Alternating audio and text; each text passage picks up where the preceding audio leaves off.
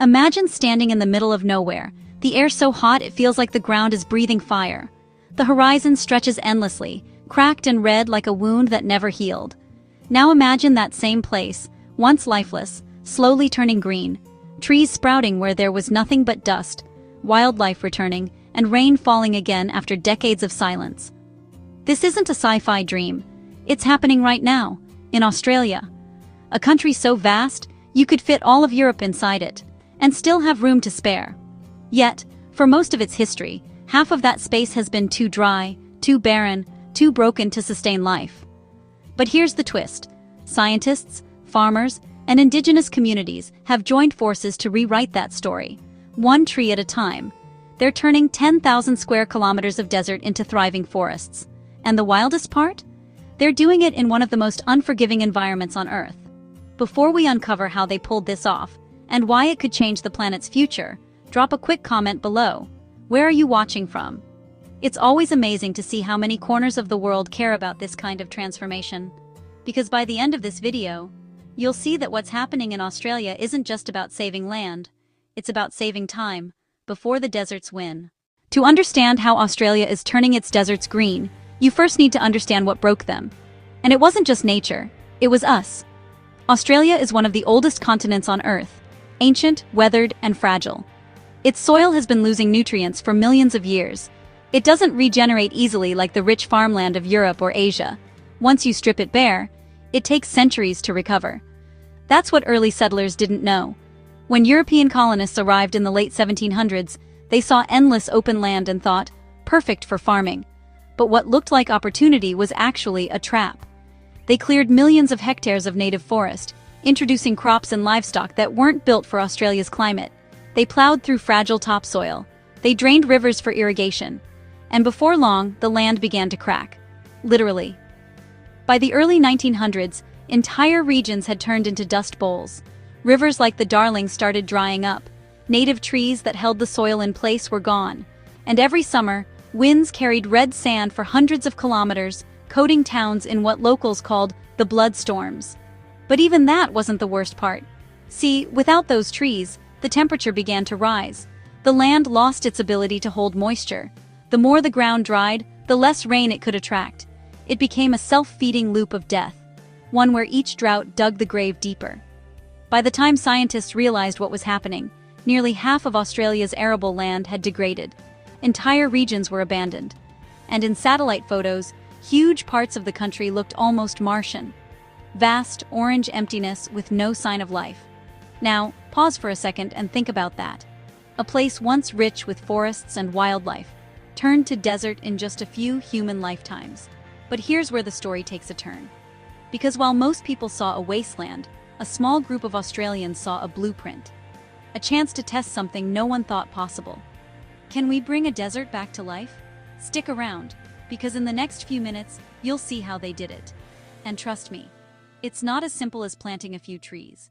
Before we dive in, hit the like button if you believe humans can reverse the damage we've caused. It helps more people see this story, and maybe even inspire the next big restoration project. Long before colonists set foot on Australian soil, this continent was anything but barren. For tens of thousands of years, Indigenous Australians lived in balance with its wild rhythms, not fighting the land, but shaping it with wisdom. Science is only now beginning to understand. They called it fire stick farming. It wasn't destruction, it was design. By lighting small, controlled fires, Indigenous groups cleared dry grass and encouraged new plant growth. These burns reduced the risk of massive wildfires and helped certain seeds germinate. Kangaroos followed the fresh shoots, birds returned, and the soil remained rich. Each region had its own calendar, not written in months, but in nature's patterns. When the wattle bloomed, it signaled one cycle. When certain stars appeared, another began. They knew exactly when to burn, when to plant, and when to leave the land to heal. For over 60,000 years, this method kept Australia's ecosystems thriving. Forests regenerated, rivers ran clearer, wildlife flourished. It was one of the most sophisticated examples of environmental management on Earth. But few recognized it as such. Then colonization came. European settlers saw the smoke and panicked. They thought the land was being destroyed, not maintained, so they banned traditional burning. And within decades, the balance unraveled. Thick undergrowth choked forests. Megafires replaced small burns. The soil, once nurtured by ashes and new life, turned brittle and dry. Ironically, what settlers saw as progress became the trigger for one of the fastest ecological declines in history. By erasing indigenous land wisdom, they erased the very system that had kept Australia green for millennia. But now, centuries later, the country is starting to listen again. Modern ecologists and indigenous rangers are working together, reviving traditional fire practices, restoring native vegetation, and blending ancient knowledge with new science. And that partnership became the foundation of something groundbreaking: the Yarra Yarra Biodiversity Corridor.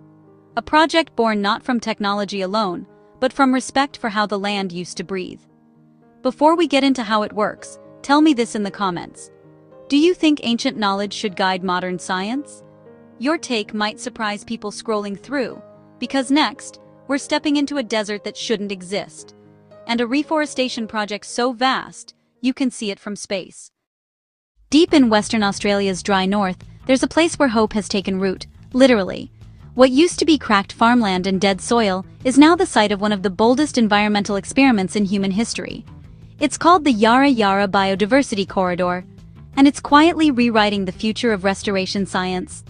The idea began in 2008, when a handful of conservationists, indigenous land stewards, and local farmers made a wild promise to turn a broken, forgotten stretch of desert, over 10,000 square kilometers, into a living, breathing ecosystem again. Think about that scale. 10,000 square kilometers. That's larger than Jamaica. And they weren't just planting trees, they were rebuilding an entire ecosystem from the ground up. The plan was simple on paper, but monumental in reality. They would identify degraded farmland that could no longer grow crops. Then, they'd plant millions of native trees and shrubs, species that once dominated the landscape before it was cleared. Eucalyptus, acacia, banksia, melaleuca. Plants adapted to brutal heat, shallow soils, and unpredictable rainfall. Plants that could survive and teach the desert to live again. By 2022, the corridor had expanded across 18,000 hectares, connecting 12 nature reserves like stepping stones through the desert. It now stretches nearly 200 kilometers, forming a living highway for wildlife, a path for birds, marsupials, and reptiles to migrate, find food, and rebuild their populations. But this isn't just about trees, it's about carbon and survival. You see, every tree here is a soldier in the fight against climate change. Together, they're projected to capture more than 1 million tons of CO2, locking carbon in the ground for the next 100 years. In a warming world, that's not just helpful, it's vital. And yet, this project isn't run by billionaires or giant corporations. It's powered by local communities, small investors, and everyday Australians who refuse to give up on their land. Some of the planters are descendants of the farmers who once cleared these same forests. Now, they're helping restore them, a full-circle redemption story written in roots and soil.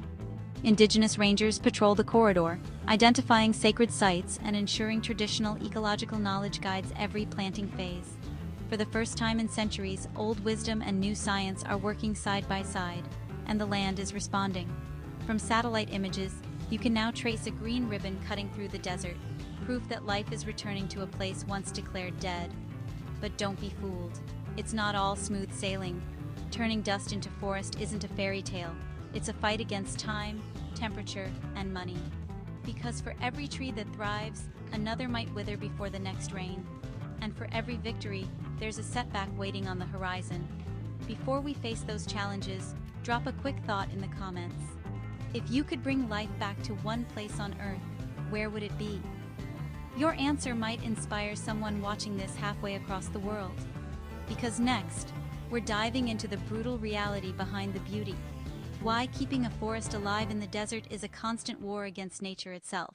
If you think turning desert into forest is just about planting trees and waiting for rain, think again. The desert doesn't forgive. It tests everything you plant, everything you believe in. Out here, rainfall is unpredictable. The temperature can swing from 5 degrees at dawn to 50 degrees by noon.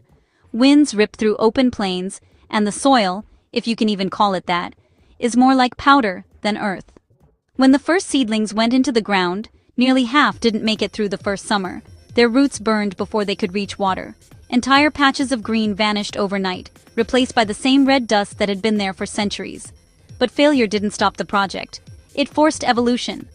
Scientists and farmers began studying every inch of the corridor, soil by soil, slope by slope, to learn what worked and what didn't. They tested over 50 native species, tracking which ones could thrive under drought stress. They redesigned planting layouts so trees could shelter each other from wind and heat. Then came the breakthrough: microclimate engineering. By grouping trees with complementary canopies, they began to create shade networks. Those shades reduced ground temperature, allowing moisture to stay longer, and that moisture kept roots alive. Slowly, the corridor started to stabilize itself. Next, they brought in fog catchers, mesh structures that trap morning humidity and drip it into the soil. It sounds small, but in a land where every drop counts, it changed everything. And then, there's the biochar, a type of charcoal mixed into the soil that traps carbon, locks in nutrients, and helps water stick around. It's like giving the land a second stomach. Still, challenges remain. Termites destroy young trees faster than they can grow. Fires sweep through during dry years. And funding, that's always the hardest part. See, projects like Yara Yara depend on carbon credits and donations. If investors lose faith, progress slows. And that's where the critics come in. Some environmentalists argue that carbon offset programs like this risk becoming greenwashing, a way for companies to buy eco-points without actually cutting emissions. They warn that if these forests fail decades from now, the promised carbon capture will vanish with them. But on the ground, the people working there say otherwise. For them, this isn't about selling offsets. It's about survival, about giving the land and their communities a second chance. They've seen firsthand how the soil changes color when roots take hold. They've watched lizards return to burrows long abandoned. They've felt the temperature drop a few degrees under the shade of young eucalyptus trees. It's slow, it's fragile, but it's happening.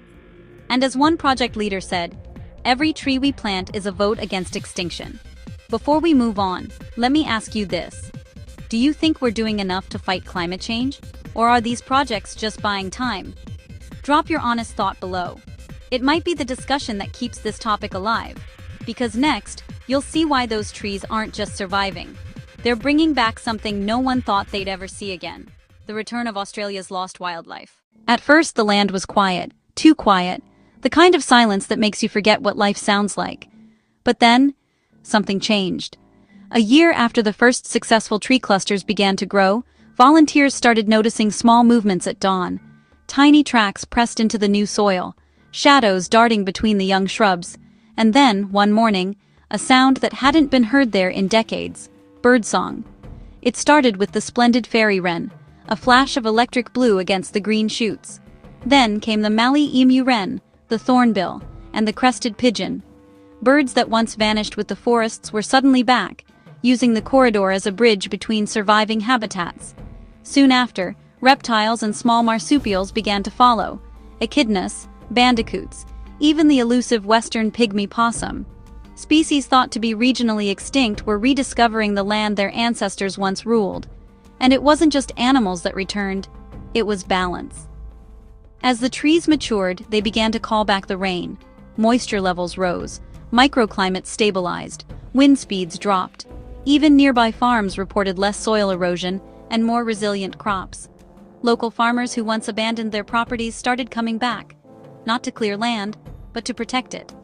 They began fencing off wildlife corridors, planting native buffers, and using the Yara Yara model as a blueprint for sustainable agriculture. For the Indigenous rangers, the return of life wasn't just environmental, it was spiritual. They described it as country healing itself. One ranger said, "When the birds came back, we knew the ancestors were watching." And perhaps the most beautiful symbol of recovery? The return of the honey possum, a delicate, nectar-feeding marsupial that can only survive where native flowers bloom.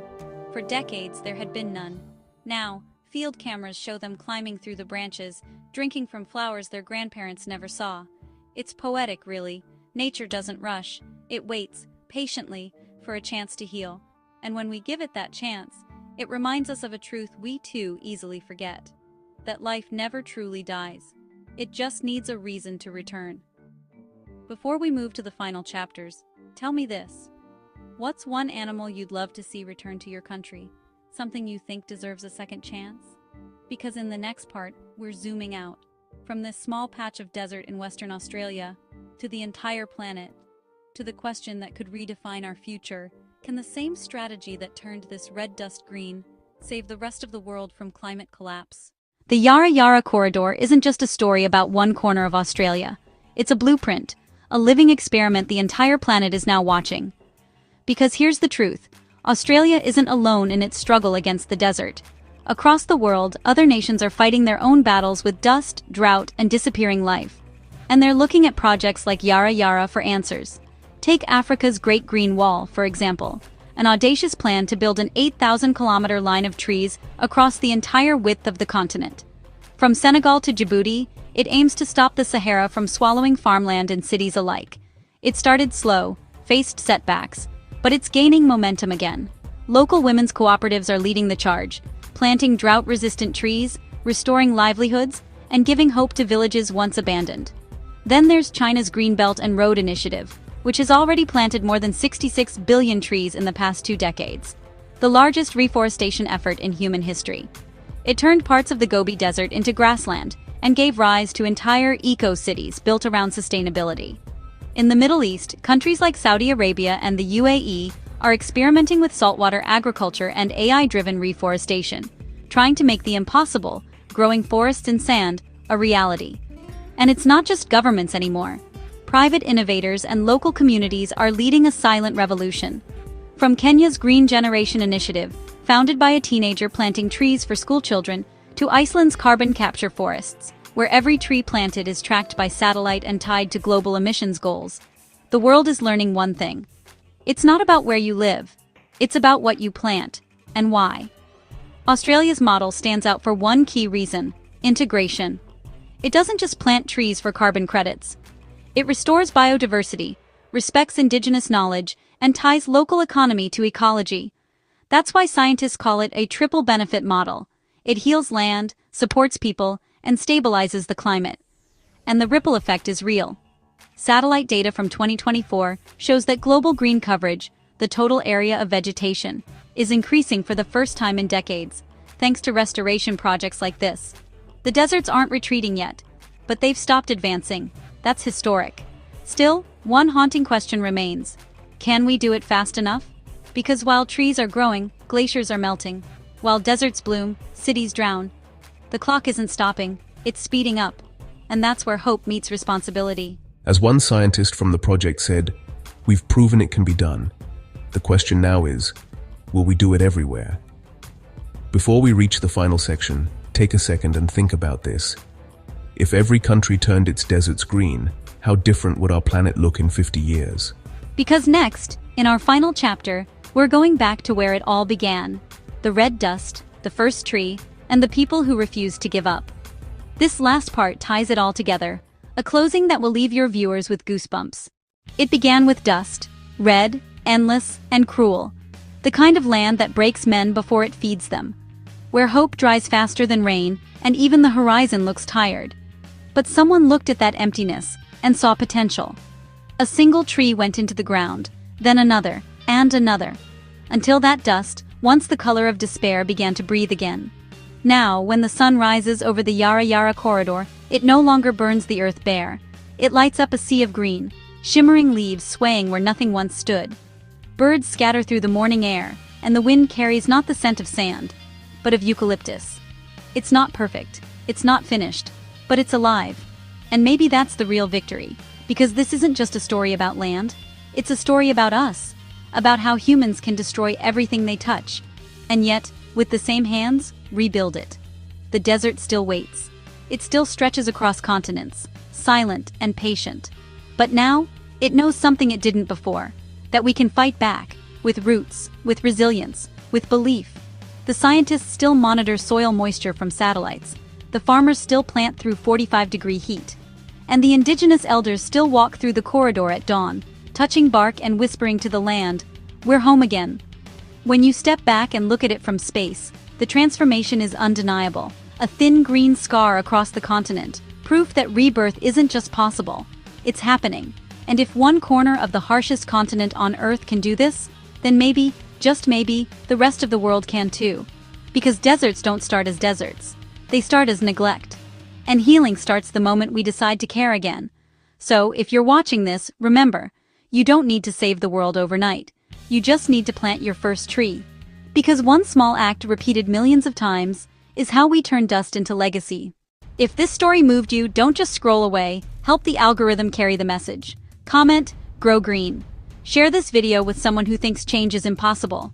And subscribe, because the next story might be about how your country is fighting back against the deserts too.